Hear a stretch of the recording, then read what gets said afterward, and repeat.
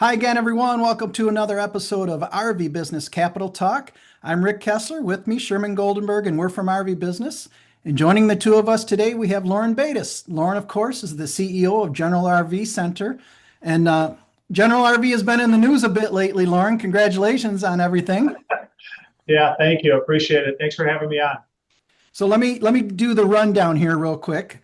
As recently as May 27, we have General RV completing the acquisition of the Lazy Days dealership in Mesa, Arizona. That makes store number 22 in 9 states and your first location in Arizona. And I'm going to run down the 9 states: Florida, Illinois, Ohio, Virginia, Utah, North Carolina, Pennsylvania, now Arizona, and of course, Michigan, where you have several stores, including your headquarters in Wixom, Michigan. That's correct. Yeah, up to 22. It's pretty exciting. And you know what? We ought to point out too, that does not include your inspection facility in Elkhart, right there on the toll road, east of the RV Hall of Fame. And I know you're not allowed to comment on these, but you also have two pending acquisitions from Lazy Days that was previously announced. One, I believe in Florida, and the other one is in Colorado. But Yeah. again, Loren, we'll take you off the hook. We Oh, won't yeah. get you in trouble. Yeah, we're marching towards the path of getting those closed here in the next couple weeks. So we see that moving forward. We're excited to be in Colorado, and an opportunity to expand our footprint kind of in the west. And then the Port St. Lucie / Fort Pierce site is we're already in that market. We'll be just taking over their facility and then closing our smaller facility there. So it won't be an additional store, but it will be a new as far as growth and superstore for us. So yeah, very excited to complete that with Lazy Days. Lauren, you're a towable and motorized dealer, aren't you? Yeah, we do both at every location.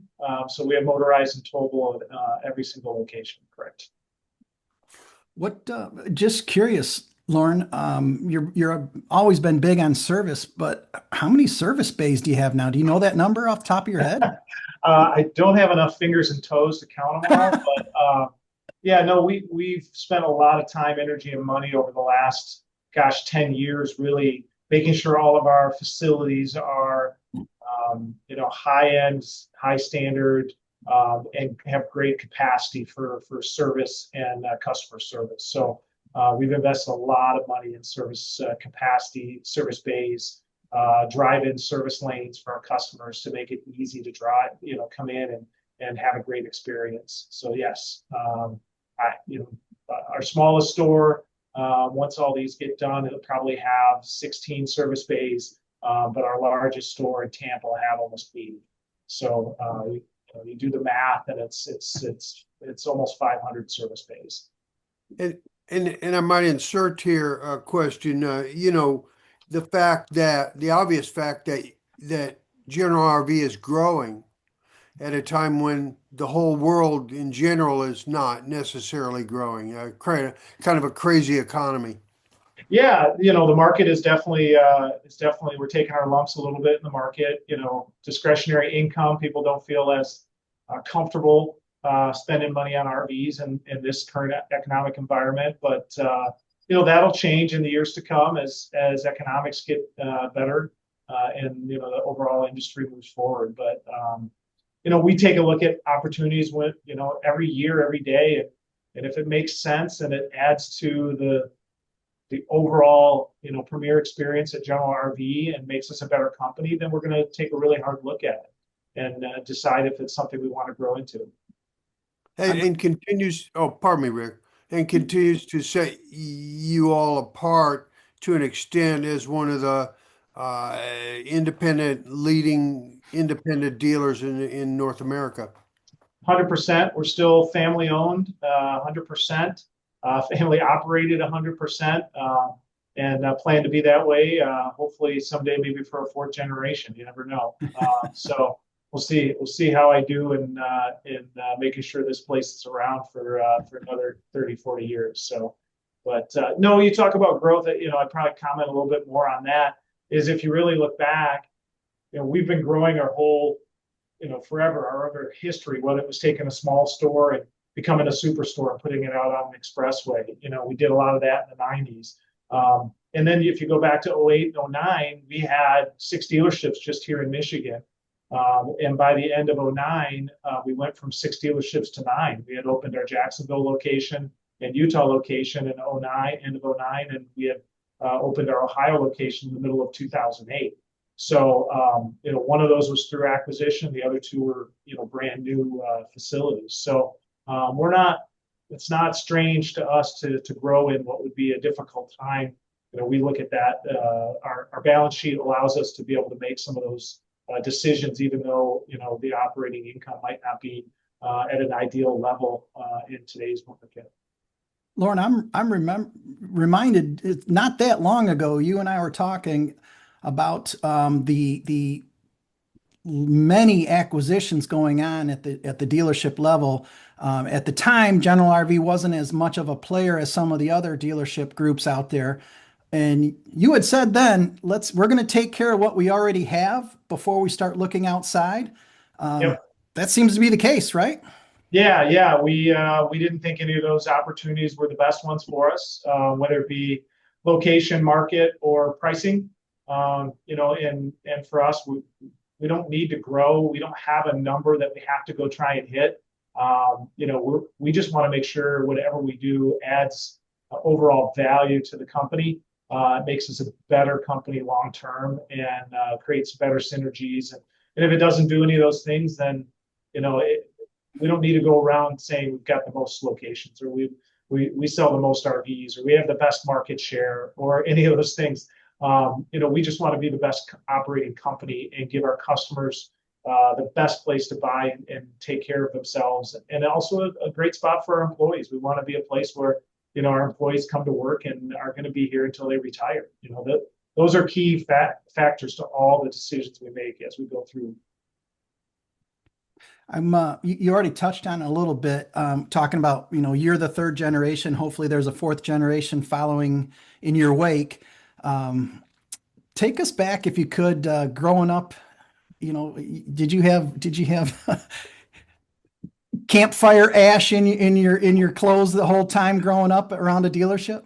I wouldn't say I did a lot of camping, but I did do a lot of work around the dealership. So, when you're a teenager, you're cleaning trailers, and you're doing all the things around the dealership to keep it clean, and you're moving units from store to store, and you kind of grow up learning the backside of the business and how important it is. And you get to meet a lot of great employees and people that a lot of them are still here today that haven't retired. We just celebrated earlier this week, our parts manager in Grand Rapids, Carol, just retired after 29 years with us. So, we have those moments and get to celebrate those great people that have kind of helped our organization be stable and wonderful place to work. So, yeah, it's all part of it. And fortunate, my oldest right now actually just started here this summer between his freshman and sophomore year in college. So he's going to be working here this summer, and he's going to be doing all the kind of menial things and learning parts of the business. And if it turns out he wants to be a part of this long term, that's going to be awesome. But if it doesn't, he needs to find his way, and each of us have our own path. So you're in the dealership, just for the sake of passing along the origin story.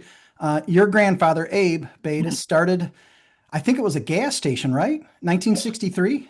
Yeah, the gas station started prior to 63. Okay. And then they started selling RVs in the 60s with his partner Chet. And so he got into gas stations. He had 2 of them, and then they turned that into selling RVs, which was a little bit more in their eyes more enjoyable and profitable than pumping gas and changing oil. So and then my dad got into the business in 1971. So they bought out my grandfather's partner. So my grandfather Abe and my dad Dick became 50-50 partners in the business in 1971. And we had 2 really small stores, probably sitting on 3 acres at most, just outside Detroit. And it's it's a remarkable story, and it's been very enjoyable to be a part of it, along with challenging. Sherm, go ahead. Well, no, you're on a roll. Keep going. Okay. Well, I wanted to shift topics and Loren, you mentioned we've been taking our lumps lately, the industry as a whole. How do you see the rest of the year playing out? It's going to be tough.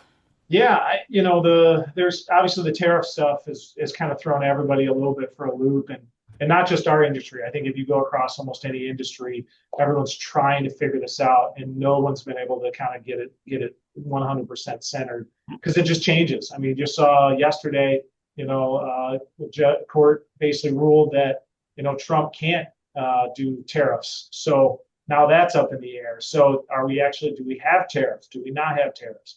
So it's just been, it's been a little bit chaotic. And, one of the things that we recognize for our consumers, they want stability. They want to know what the future is going to look like.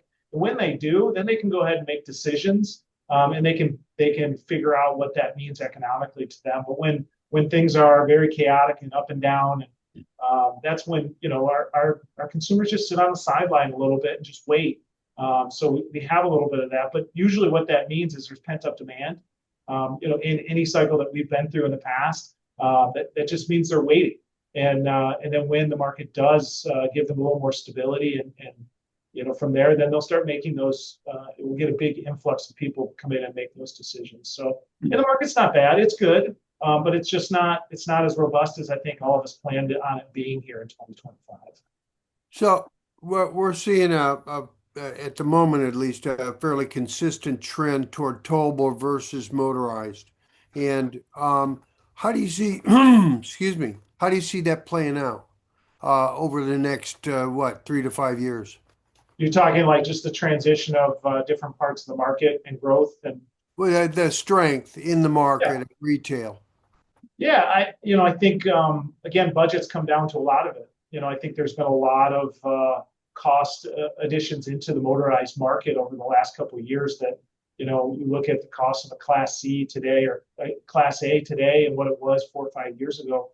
And the percentage of growth, cost has gone up so much compared to towables, where towables, you're not 100% reliant on the chassis from third parties and what they're going to charge you. So, they're able to manipulate, frames and some of the other things that go into it to be able to keep pricing down. So I think that's been part of it as well. So, motorized market we feel is here to stay. We think it's a good market, but it's going to change, and it continues to change. And again, it's going to come down to the chassis, what manufacturers can build on them, and they're going to have to get a little creative in certain price points to keep consumers, in our market. Go ahead, Sherm. No, you go. Well, I'm just mine is really almost a closing question. So if you have something, feel free. Okay. So Loren, you're easy on me today.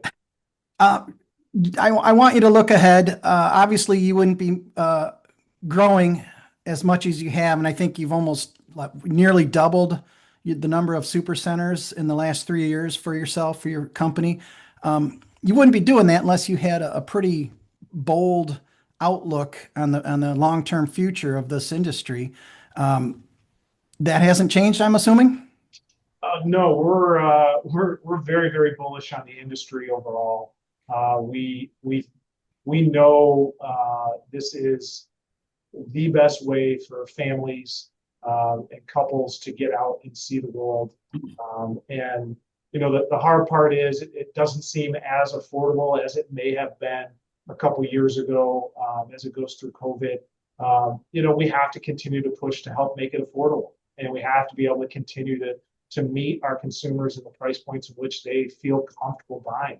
We're competing against cruises, second condos, houses up north.